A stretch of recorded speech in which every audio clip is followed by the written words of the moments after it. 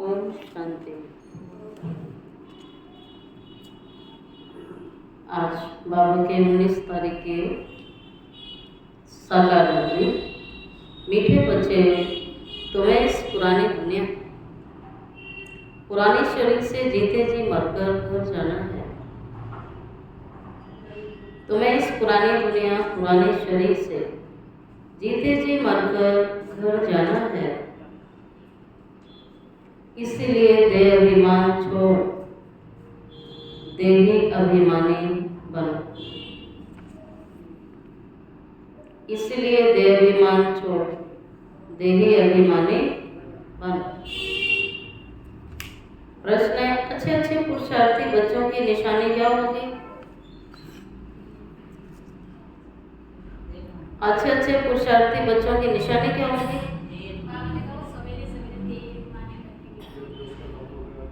जो अच्छे पुरुषार्थी है वह सवेरे सवेरे उठकर देही अभिमानी रहने की प्रैक्टिस करेंगे। वह एक बात को याद करने का पुरुषार्थ करेंगे। उन्हें लक्ष्य रहता है और कोई देहधारी याद ना आए।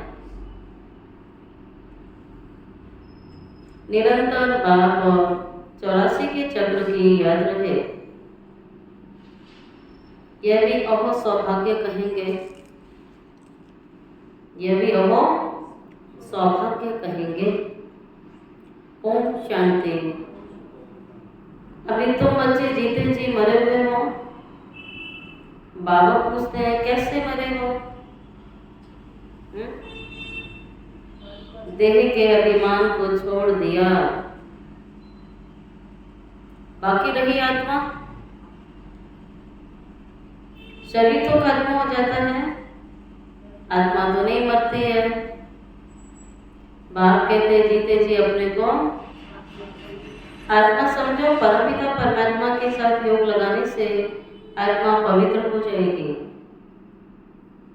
जब तक आत्मा बिल्कुल पवित्र नहीं बनी तब तक पवित्र शरीर तो मिलेगा नहीं। आत्मा पवित्र बन गई तो फिर पुराना शरीर आप ही छूट जाएगा। बाबा कहता आत्मा प्योर हो जाएगी तो इस शरीर आप ही छूट जाएगा। आत्मा इस शरीर से डिटैच हो जाएगी। जैसे सर्प की खाल ऑटोमेटिकली छूट जाती है, उनसे मोहब्बत तो मिट जाता है।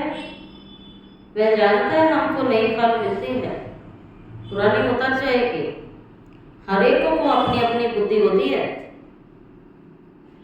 अभी तुम बच्चे समझते हो जीते जी इस पुरानी दुनिया से, पुरानी शरीर से मर चुके। फिर आत्माएं भी शरीर छोड़ कहाँ जाएंगी? घर। पहले पहले तो पक्का याद करना है, हम आत्मा हैं, शरीर नहीं। आत्मा कहते बाबा हम आपके हो चुके, जीते जी मर चुके। अब आत्मा को फरमान मिला हुआ है, मुझ बात को याद करो तो तुम तमो प्रधान से सतो प्रधान बन जाएंगे। ये याद का अभ्यास पक्का करना चाहिए। आत्मा कहती है बाबा आप आए हैं तो हम आपके ही बनेंगे। पूरे कल्प में भगवान तो एक बार आता है ना।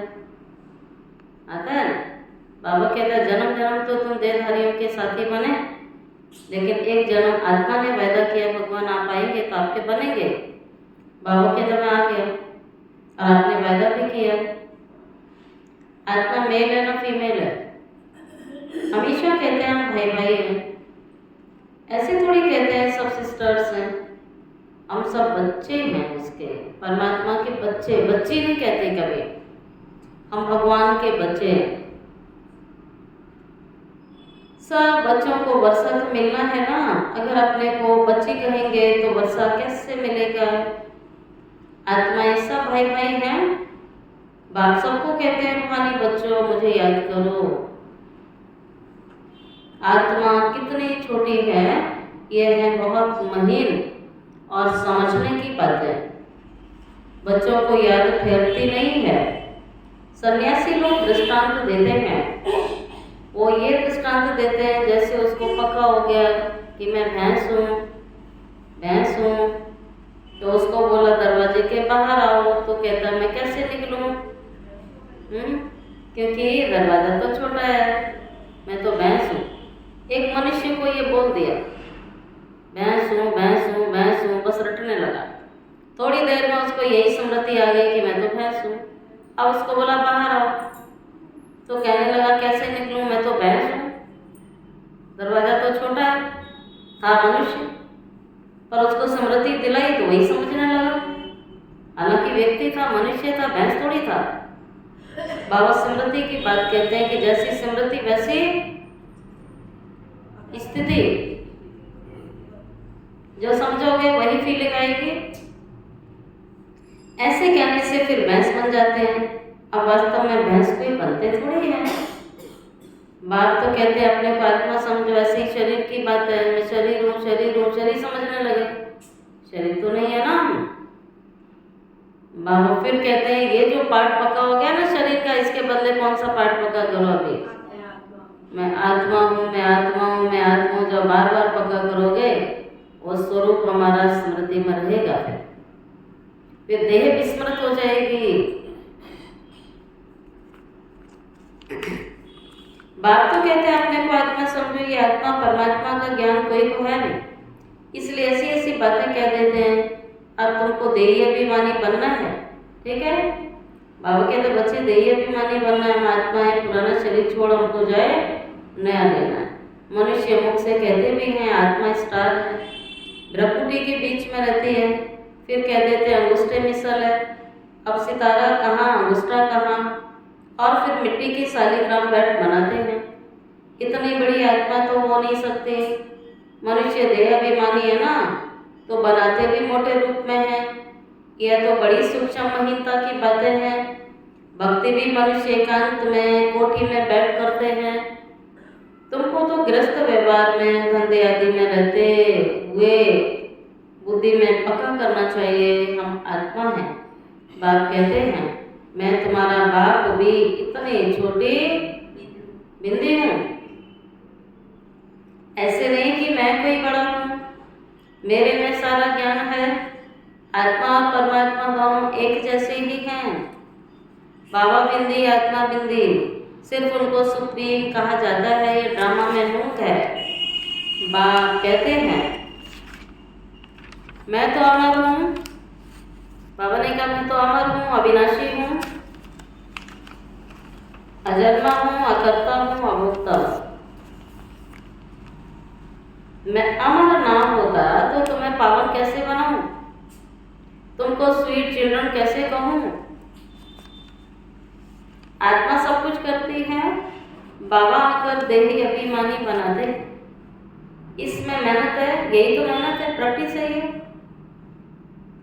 उठते बैठते चलते फिरते अपने को आत्मा समझना, आत्मिक दृष्टि से देखना, आत्मिक भान में रहना, यही तो प्रैक्टिस है सारा दिन।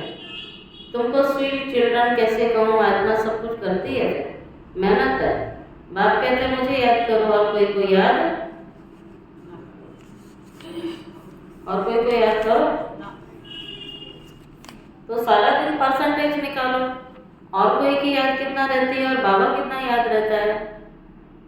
बाबा याद रहेगा उसकी निशानी, आपको किसी की याद नहीं आएगी, औरों की याद आएगी तो बाबा भूल जाएगा। योगी तो दुनिया में बहुत है। कन्या की सगाई होती है तो उसकी बुद्धि किससे छूट जाती है। एक अनजान व्यक्ति जिसको कभी जानती भी नहीं है, सगाई हो गई, बस बुद्धि में सेट हो जाता है ये मेरा पति है, और उसका योग उसे, उसके लिए कोई 7 दिन का कोर्स किया था क्या उसने?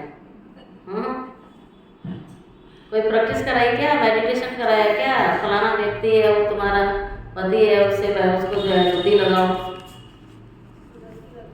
हाँ, बाबा ने क्या जब देहधारियों की याद के लिए तो कोई मेहनत नहीं है, उसके लिए तो कहते हो कैसे भूलूं। बाबा कहता भूल जाओ ना, सबको बोलो ऐसे मेरे से योग लगा लो ना तुम।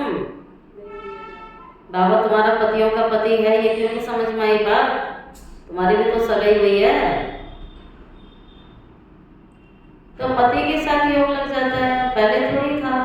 पति को देखा, उनकी याद बुद्धि में रहती है, भूलती थोड़ी इतनी आसानी से। बाप कहते हैं मामेकम याद करो। ये बहुत अच्छी प्रैक्टिस चाहिए। जो अच्छे अच्छे पुरुषार्थी बच्चे सवेरे सवेरे उठकर देही अभिमानी रहने की प्रैक्टिस करेंगे। भक्ति भी सवेरे करते, अपने अपने इष्ट देव को याद करते हैं ना। हनुमान की भी कितनी पूजा होती है, लेकिन जानते कुछ भी नहीं है। बाबा आकर समझा रहे हैं, हनुमान शक्ल कैसी दिखाई हनुमान जी की। अब आप सोचो, बंदर जैसी शक्ल तो मनुष्यों की भी अच्छी नहीं लगती है, और हनुमान जी को तो देवता कहा है, और उनकी शक्ल बंदर जैसी दिखाती, उनसे अच्छी शक्ल तो मनुष्यों की होती है। अब भगवान यही कहते हैं, बाबा कहता है क्या कोई बंदर तुम्हारा देवता हो सकता है क्या? किसी देवता की बंदर जैसी शक्ल हो सकती है? ऊपर से पूंछ भी दिखा दी, मनुष्यों की पूंछ नहीं है और देवताओं की पूंछ दिखा दी। बाबा कहते हैं तुम ही बंदर बुद्धि बन गए। अब तुम राम अर्थात शिव बाबा को खूब याद करो, तो बंदर बुद्धि से क्या बन जाओगे? सद्बुद्धि वाले सतोगुणी देवी देवता बन जाओगे। अब फिर तुम देवता बनते हो, अभी पति दुनिया तम प्रधान। अभी तुम आए हो बेहद बाबा के पास। मैं तो पुनर्जन्म रहित हूँ, पुनर्जन्म में बाबा के तो मैं आता ही नहीं। ये शरीर दादा का है, मेरा कोई शरीर का नाम नहीं है। मेरा नाम है कल्याणकारी शिव। तुम बच्चे जानते हो शिव बाबा कल्याणकारी आकर के नरक को स्वर्ग बनाते हैं।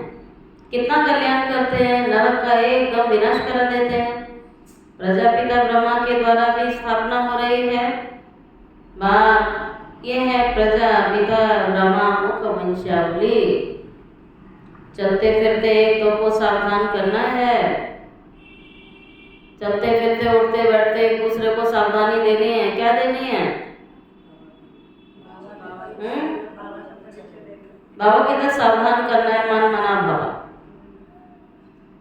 बाप कहते हैं मुझे याद करो तो तुम्हारे विकर्म विनाश हो जाएंगे। पतित पावन तो बाप है ना। उन्होंने भूल से भगवान वाच के बदले श्री कृष्ण भगवान वाच लिख दिया। भगवान तो निराकार है, उनको परमपिता परमात्मा कहा जाता है। उनका नाम है शिव। शिव की पूजा भी बहुत होती है। शिव काशी कहते रहते हैं।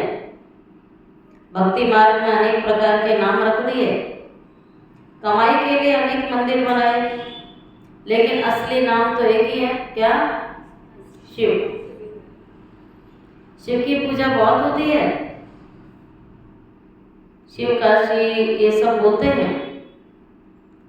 बाप कहते हैं देखो असली नाम शिव है, फिर सोमनाथ रखा। सोमनाथ सोमरस पिलाने वाला, सोमानामृत अमृत पिलाने वाला नाथ सोमनाथ। तो कौन सा अमृत? ज्ञान अमृत। तो ज्ञान का अमृत देते हैं, ज्ञान धन देते हैं। जब पुजारी बनते हैं तो कितना तुम खर्चा करते हो? हम सब पुजारी भी बने ना, आधा खर्च। तो आधा खर्च पूजे बने, पुजारी बने तो मंदिर बनाए, मूर्तियां बनाई, बहुत कुछ लगाया, कितना खर्चा किया उनके मंदिर बनाने पर।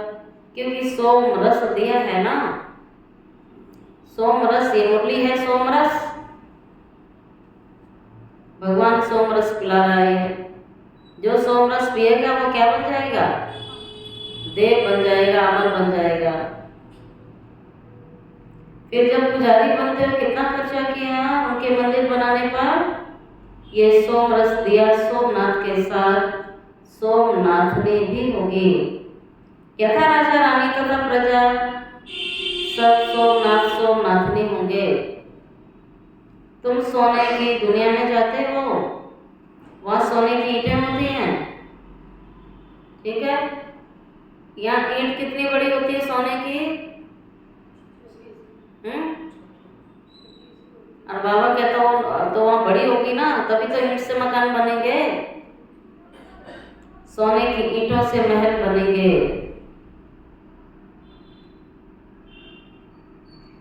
नहीं तो दीवारें आदि कैसे बने थे? बहुत सोना होता है ना, इसलिए उनको सोने की दुनिया कहा जाता है। ये लोहे की दुनिया है, हर चीज में लोहा लग रहा है ना, वहां हर चीज में सोना लगेगा। चमकीली दुनिया, ये तो पत्थरों की दुनिया है। स्वर्ग का नाम सुनकर मुख पानी हो जाता है। विष्णु के दो रूप कौन से? विष्णु के दो स्वरूप कौन से हैं? बोलिए। लक्ष्मी नारायण अलग अलग बनेंगे ना, तो तुम बच्चे विष्णुपुरी के मालिक बनते हो। अभी तुम हो रावणपुरी में। बाप कहते हैं सिर्फ अपने को आत्मा समझ के उस बाप को याद करो। बाप भी परम धाम में रहते हैं, तुम आत्माएं भी परम धाम में रहती हो। बाप कहते हैं तुमको कोई तकलीफ नहीं देता हूँ, बहुत सहज है। बाकी ये रावण दुश्मन तुम्हारे सामने खड़ा है, ये विघ्न डालता है। ज्ञान में विघ्न नहीं पड़ते हैं, विघ्न तो याद में पड़ते हैं। बुद्धि याद में भटकती है, घड़ी घड़ी माया तुम्हें बुला देती है, देह अभिमान में ले आती है। बाप को याद करने भी नहीं देगी, देह अभिमान में ले आएगी। बाबा को याद नहीं करने देगी, ये युद्ध चलती है। बाप कहते हैं तुम कर्म योगी हो। कर्म योगी तो वही, अच्छा दिन में याद नहीं कर सकते तो रात को याद करो। फिर टाइम नहीं मिलता है, दिन में याद नहीं कर सकते, रात को करो। रात का अभ्यास दिन में काम आएगा। निरंतर स्मृति रहे। बाबा हमें विश्व का मालिक बनाता है, हम उसे याद करते हैं। बाबा की याद और 84 जन्मों के चक्र की याद रहे तो वो सौभाग्य है। औरों को भी सुनाना है। बहनों और भाइयों, कलयुग पूरा वो सत्युग आना है। बाबा आए हैं सत्युग के लिए राजयोग सिखला रहे हैं। कलयुग के बाद सत्युग आना है। एक बाप के सिवाय और कोई को याद नहीं करना है। वानप्रस्थी जो होते हैं वो सन्यासियों का जय संग करेंगे।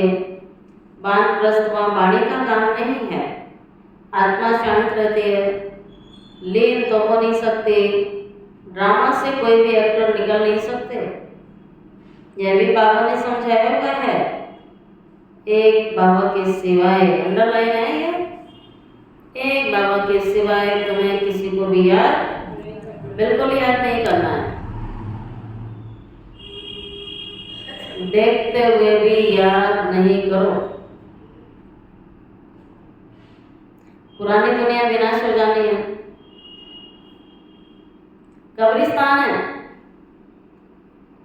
मुर्दों को कभी याद नहीं किया जाता है, ये कब्रिस्तान है। कब्रों में पड़े हैं सब मुर्दे हैं। बाबा कहता कब्रिस्तान को याद नहीं किया जाता है।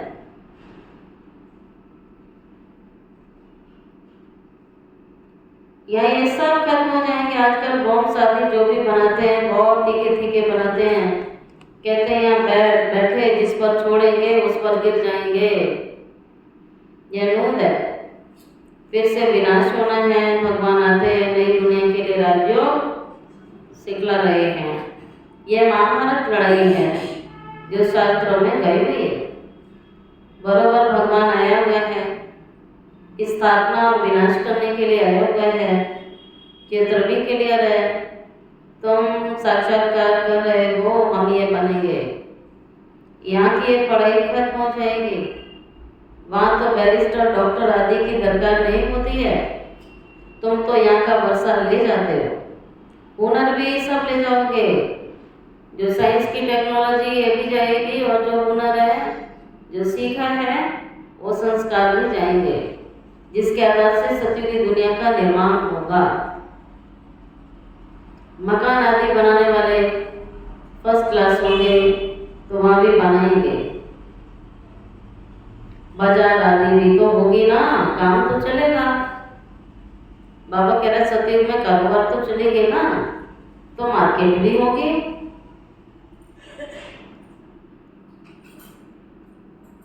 तो सब काम चलता है। और फिर बाबा कहता है ऐसे हुनर वाले जो मकान आदि बनाएंगे प्रजा में जाएंगे। बच्चों को तो प्रजा में नहीं आना है। तुम तो आए हो ना मामा बाबा के तख्त नशीन बनने के लिए।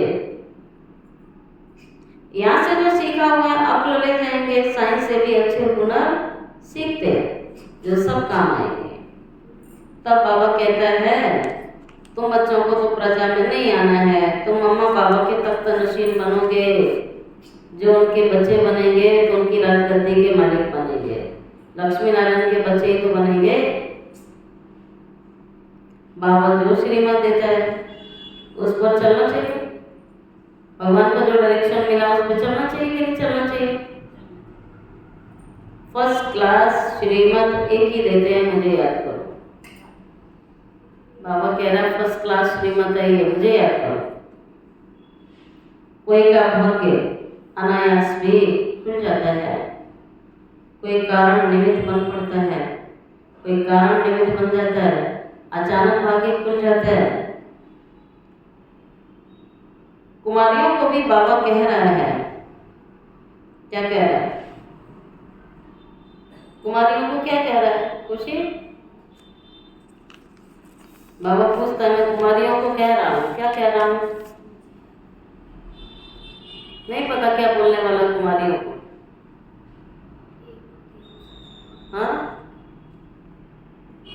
कुमारियों को एक ही बात बोलता है बाबा, याद करो क्या बोलता है। हाँ,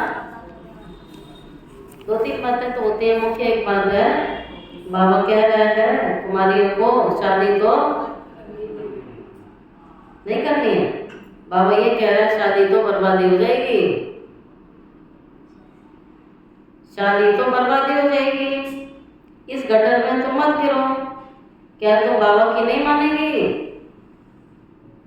बोलो, बाबा पूछते नहीं मानेगी? स्वर्ग की महारानी नहीं बनेगी? अपने साथ अपने आप से प्रतिज्ञा करनी होती है। बोलने वाले तो बहुत कुछ बोलेंगे। जो गटर में गिरा होता है वो दूसरों को गटर में गिराएगा, जो निकला हुआ वो दूसरों को निकालेगा।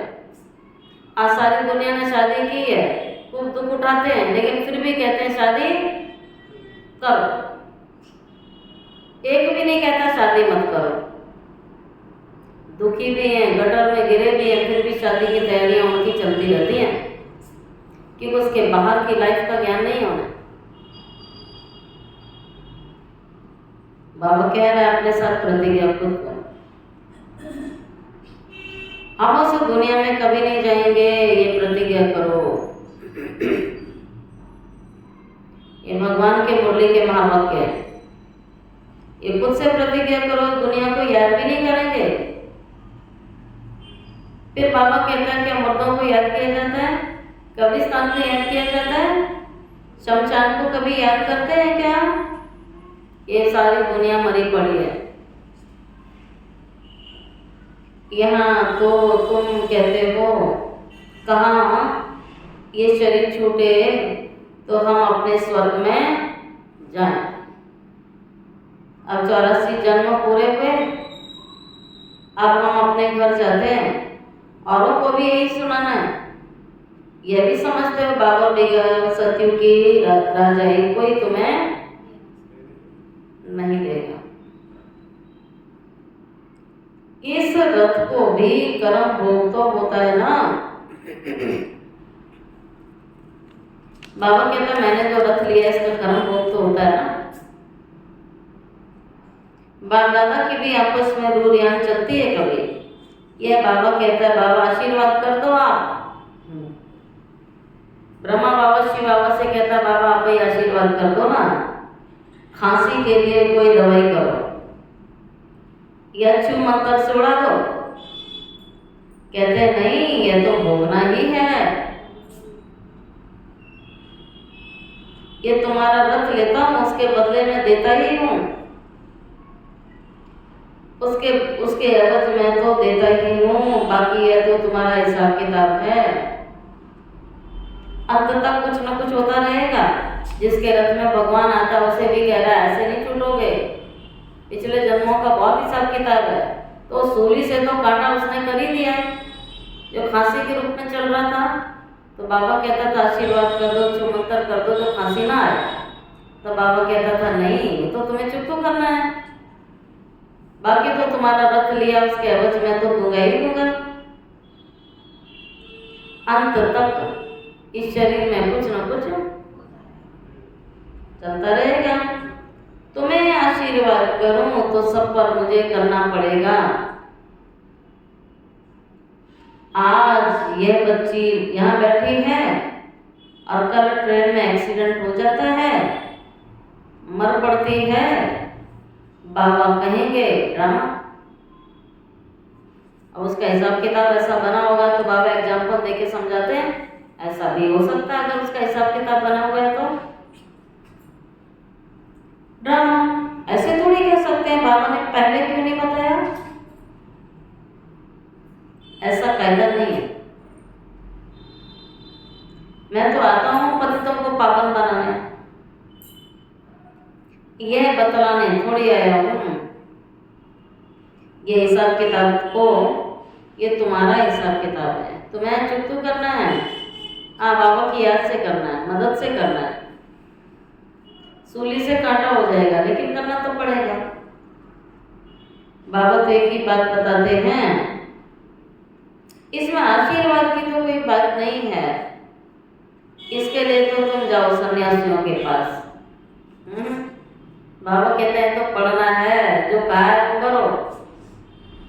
सिर्फ आशीर्वाद मांगनी है तो जाओ सन्यासियों के पास। बाबा तो एक ही बात बता रहे हैं कि तुमने मुझे बुलाया, हमको आगे नर्क से स्वर्ग में ले चलो। बाबा कहते हैं, गाते भी हैं पतित पावन सीताराम, परंतु अर्थ उल्टा निकल गया। फिर राम की बैठ महिमा करेंगे, रघुपति राघव राजा राम। बाप कहते हैं इस भक्ति मार्ग में तुमने कितने पैसे खर्च किए, गवाए। गीत भी है ना, क्या कौतुक देखा, देवियों की मूर्ति बनाई पूजा कर फिर समुद्र में डुबो देते हैं। अब समझ में आता है कितने पैसे तुमने बर्बाद किए। देवियों की मूर्ति बनाते हैं, सजाते हैं, बहुत कुछ करते हैं ना फिर भक्ति में। तब बाबा कहता है लास्ट में डुबो देते हैं, कितना पैसा बर्बाद हो गया। फिर भी यही होगा, सतयुग में तो ऐसा काम होगा नहीं। सेकंड बाई सेकंड की नोंद है, कल्पों के बाद फिर यही बात रिपीट होती है। ड्रामा को पढ़ा अच्छी रीति समझना चाहिए। अच्छा, कोई जास्ती याद नहीं कर सकते तो बाबा कहता है सिर्फ अल्प और बे बाप और बादशाही को याद करो, अंदर में धुन लगा दो। हम आत्मा हैं, कैसे 84 का चक्कर लगा के आई हैं। चित्रों पर समझाओ, बहुत सहज है। यह रूहानी बच्चों से रूरियान है, बाप रूरियान करते हैं बच्चों से, और कोई से तो कर ना सके। बाप कहते हैं अपने को आत्मा समझो, आत्मा सब कुछ करती है। बाबा याद दिलाते हैं तुमने 84 जन्म लिए, मनुष्य ही बने। जैसे बाप ऑर्डिनेंस निकालते, विकार में नहीं जाना है, ऐसे यह भी ऑर्डिनेंस निकालते हैं, किसको रोना नहीं है। हाँ, बाबा जैसे पवित्रता का ऑर्डिनेंस निकाला है, पवित्र जरूर बनना है, ये दूसरा ऑर्डिनेंस रोना नहीं है। सतयुग त्रेता में कभी रोते नहीं है, सुन लिया, अंडरलाइन हो गया। रोना धोना नहीं करना है, अभी से छोड़ना है, संस्कार बनाओ। छोटे बच्चे भी सतयुग में रोते थोड़ी हैं, यहाँ तो बच्चे बूढ़े जवान सब। बाबा कहता है सतयुग में रोने का हुक्म नहीं है। वह है ही हर्षित रहने की दुनिया, उसकी प्रैक्टिस सारी यहाँ करनी है। अच्छा मीठे मीठे सिकिलते बच्चों प्रति माता पिता बाप दादा का याद प्यार, गुड मॉर्निंग। रूहानी बाप की रूहानी बच्चों को नमस्ते। रूहानी बच्चों की रूहानी बाप दादा को याद प्यार, गुड मॉर्निंग और नमस्ते नमस्ते नमस्ते। शुक्रिया बाबा, शुक्रिया बाबा, शुक्रिया बाबा। धारणा के लिए मुख्य सार है बाबा से आशीर्वाद मांगने के बजाय याद की यात्रा से अपना सब हिसाब किताब शुरू करना। सबका उपाय, सबका हल, सबकी दवाई याद है। इसलिए बाबा के अंदर कुछ मत मांगो, तुम बस याद करो, सब आप ही हो जाएगा। पावन बनने का पुरुषार्थ करना है। इस ड्रामा को यथार्थ रीति समझना है। सेकेंड पॉइंट, पुरानी दुनिया को देखते हुए भी याद नहीं करना है। पुरानी दुनिया को देखते हुए भी याद नहीं करना है। कर्मयोगी बनना है, कर्मयोगी बनना है। सदा हर्षित रहने का अभ्यास करना है। कभी भी रोना नहीं है। आज बाबा ने वरदान दिया, प्रवृत्ति में रहते मेरेपन का त्याग करने वाले सच्चे ट्रस्टी मायाजीत भवा। जैसे गंदगी में कीड़े पैदा होते हैं ना, वैसे जब मेरापन आता है तो माया का जन्म होता है। मायाजीत बनने का सहज तरीका है स्वयं को सदा ट्रस्टी समझो। ब्रह्मा कुमार मानव ट्रस्टी की किसी में भी अटैचमेंट नहीं होती है, क्योंकि उनमें मेरापन नहीं होता है। गृहस्थी समझोगे माया आएगी, और ट्रस्टी समझोगे तो माया भाग जाएगी। इसलिए न्यारे होकर फिर प्रवृत्ति के कार्य में आओ तो माया प्रूफ रहोगे। स्लोगन, जहाँ अभिमान होता है वहाँ अपमान की फीलिंग, जहाँ अभिमान होता है अपमान की फीलिंग जरूर आती है। जहाँ अभिमान होता है वहाँ अपमान की फीलिंग जरूर आती है। अव्यक्त इशारा है, सत्यता सभ्यता रूपी कल्चर को अपनाओ। आपकी आंतरिक स्वच्छता, सत्यता, उठने में, बैठने में, बोलने में, सेवा करने में लोगों को अनुभव हो, तब परमात्मा प्रत्यक्षता के तुम निमित्त बन सकेंगे। इसके लिए पवित्रता की क्षमा सदा चलती रहे, जरा भी हलचल में ना आए। जितना पवित्रता की क्षमा अचल होगी उतना सहज सभी बात को पहचान सकेंगे। ओम शांति।